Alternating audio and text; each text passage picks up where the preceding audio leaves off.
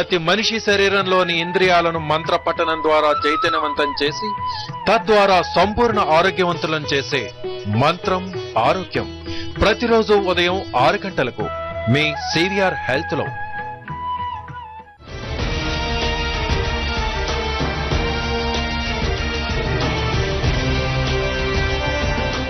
Hello and welcome to CVR Special Focus. This is Swami KRN. Health మినిస్ట్రీకి జబ్బు చేసింది. అంతు చెక్కని సరెండర్ వైరస్ తో ఉక్కిరి బిక్కిరవుతోంది. పని చేస్తామని వస్తున్న జూడాలతో మడత పేచీకి దిగుతోంది. ఆ మంత్రిత్వ శాఖ ఆడుతున్న ఈ కొత్త నాటకంతో జూడాలు తమ తప్పు లేకుండా సమాజంలో విలన్స్ గా ప్రొజెక్ట్ అవుతున్నారు. ఏడాది పాటు కంపల్సరీ రూరల్ సర్వీస్ పేరు చెప్పి జీతం గీతం లేకుండానే చాకరీ చేయించుకునే స్కీమ్ కి సరెండర్ అనే వాల్యుయేషన్ చేయడంతో ఇప్పుడు జూడాలకు దిక్కుతోచని పరిస్థితి. ఈ మొత్తం వ్యవహారంపై సివిఆర్ న్యూస్ స్పెషల్ ఫోకస్.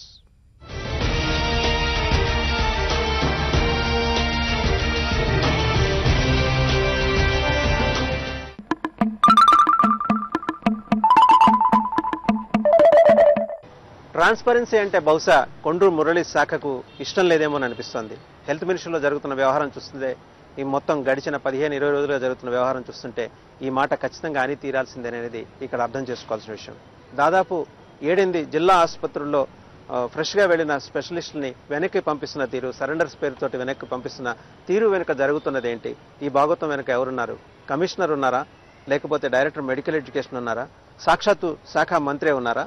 లేకపోతే వీరి ముగ్గురికి తెలియకుండా మరే ఇతర శక్తులైన ఈ మొత్తం వ్యవస్థలో చొరబడి ఈ వ్యవహారాన్ని నడిపిస్తున్నాయా?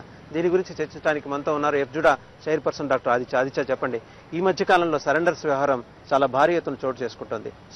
స్పెషాలిటీ డాక్టర్లని వారి ప్రత్యేక విభాగాల్లో కాకుండా వేరే డిపార్ట్మెంట్స్ లో వారి సర్వీసెస్ వినియోగించుకునే పరిస్థితి, అలా కాని పక్షంలో సరెండర్ చేస్తున్న వాతావరణం ఎందుకు ఇలా జరుగుతుందంటారు? అదే చెప్తున్నానండి. దీనికి మేము చెప్పే కారణం అదే అండి. ద బేసిక్ రీజన్ మేము ఎందుకు స్ట్రైక్ చేయాల్సి వచ్చిందంటే, గవర్నమెంట్ కి అసలు చిత్తశుద్ధి లేదండి.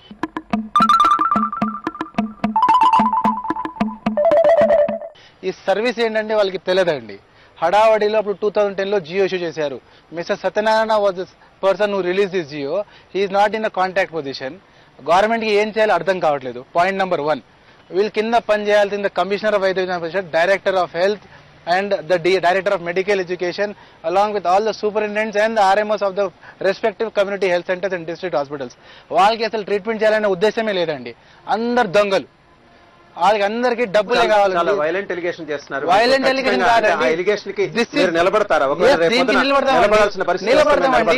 వాళ్ళకి పేద ప్రజలంటే ప్రాణం అంటే లెక్కలేదండి. వాళ్ళకి మహబూబ్ నగర్ సూపరింటెండెంట్ చెస్ట్ హాస్పిటల్లో మనకి చెస్ట్ ఫిజిషియన్ అవసరం లేదు, ఒక టీబీ వ్యాధి ట్రీట్ చేసే డాక్టర్ అవసరం లేదని చెప్తారండి ఆయన. అంతా కూడా ఆయనకి నాలెడ్జ్ లేదండి. అంటే if it is the case, జూడాలుగా మీరు ఎందుకు ఈ వ్యవస్థని ఈ వ్యవహారాన్ని బయట పెట్టే కౌంటర్ ఇంకా లేదు కదా.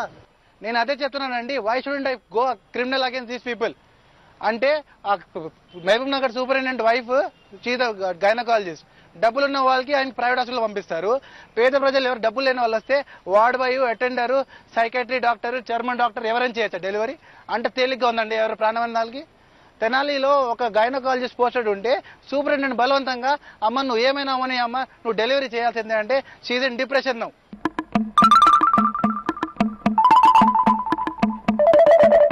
ఆమెకి ఏమైతే ఆమెకి తెలియదు, ఆ పేషెంట్ కి, ఆమె గర్భవతి, ఆమె స్త్రీ ఉంది, ఆమెకి ఏమైతే తెలియదు, పుట్టిన పిల్ల ఎట్లా ఉంటుందో ఆమెకి తెలియదు. Who is going to help? Karimnagar district hospital అండి.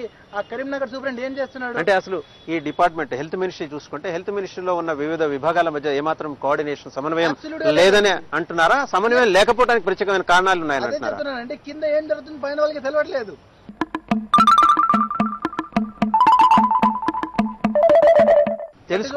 తెలుసుకోవాలని లేదా, లేకపోతే తెలుసుకోకపోవటం వెనకాల ఏమైనా ఉద్దేశాలు ఉన్నాయంటారు?